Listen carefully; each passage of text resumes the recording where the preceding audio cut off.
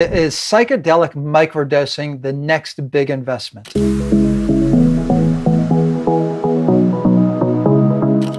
Look, I don't know. I think you have to be a magician to know what's going to be the next thing that hits on the market, right? The problem with this is that there's a lot of searching regarding psychedelics and their effect on depression, their effect on mood and things like that. I have a real problem, like just fundamentally, it's in the core of who I am, of using psychotropic medications and psychedelics to fix depression.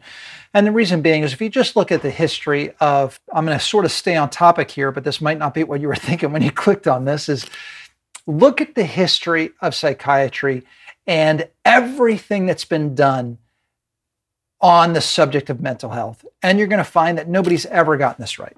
Nobody's ever gotten this right, okay? In the field of medicine, when we talk about mental health and we talk about treatment for mental health, in medicine, in treatment, when we talk about doctors looking into trying to fix mental health issues, using medication, using psychotropics, using devices, nobody's ever gotten this right. And the problem is it's killed and harmed lots of people.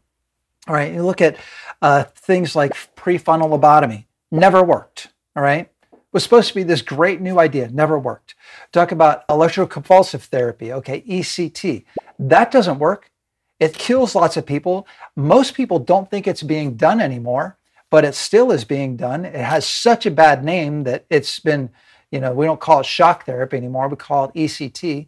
Now we're putting brain devices in, trying to improve this. We're still doing surgeries on it. LSD, that was supposed to be all the rage back in the 60s and 70s. Never proved to work. People were tripping on it. These psychedelics are not good for us, okay? Even the prescriptive medications. I don't know if you know this or not, but just a few years ago, it came out that all of the fundamental research, that there were chemical imbalances in the brain, the fundamental research that drove that whole industry, the whole pharmaceutical psychotropic drug industry for decades, was found to be falsified. Now they know conclusively there is no such thing.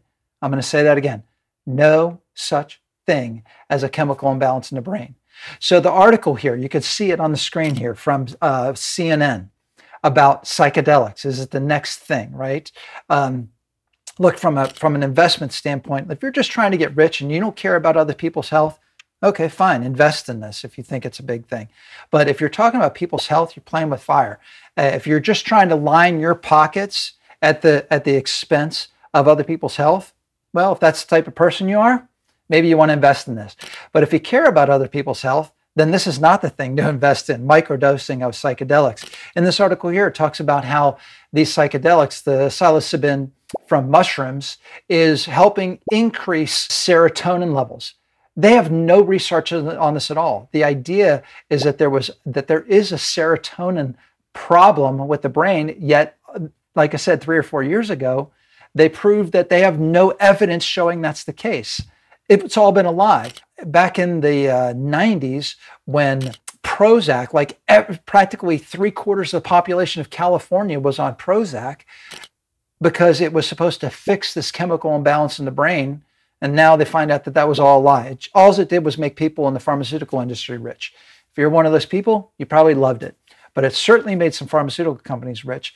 I would hate to see the health of our population go downhill because we are now saying that these psychedelics are good for you. They're not good for you.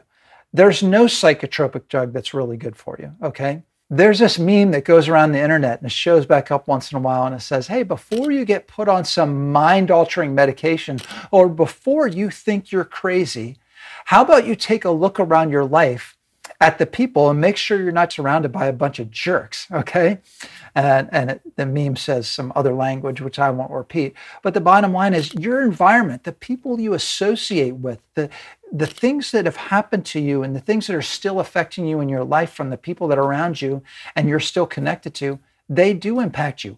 Clean up your environment, okay? Don't let people dump their trash in your living room, so to speak, right? Clean up your environment.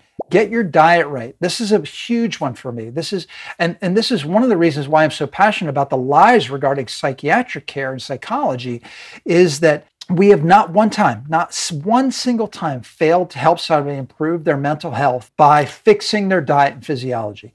We actually fix their physiology, fix their diet, fix their nutrition, and just magically, their mental health improves. We've never failed at that. So when somebody says we need these medications to fix these things, now we need these psychedelics, which are going to be harmful to people.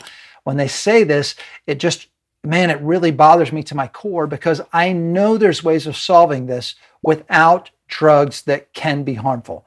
I even saw an article, this is a couple of weeks ago, that said they were considering taking the black box warnings off of certain psychiatric medications because it produces a stigma about those medications and people won't take them. These warnings are there because they've been proven, these medications have been proven to increase the risk of suicide and homicide, especially in adolescents. Why are we taking these things, all right? Why? We can fix these things. Does it take work to solve the underlying reasons why somebody feels that way? Yes, it does. It takes work to change someone's diet.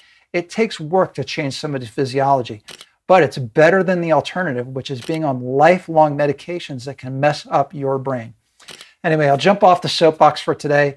I appreciate you watching this. I'm Dr. Dave Morris at Magnolia Medical Center here in Murfreesboro, Tennessee. We are a root cause functional medicine clinic. We do functional medicine and functional neurology. We are here to help people get well without the use of drugs and surgery. I hope you found this helpful. Let me know your comments, good or bad. Even if you want to hate on me, leave me some comments below. Let me know what you think. Thanks.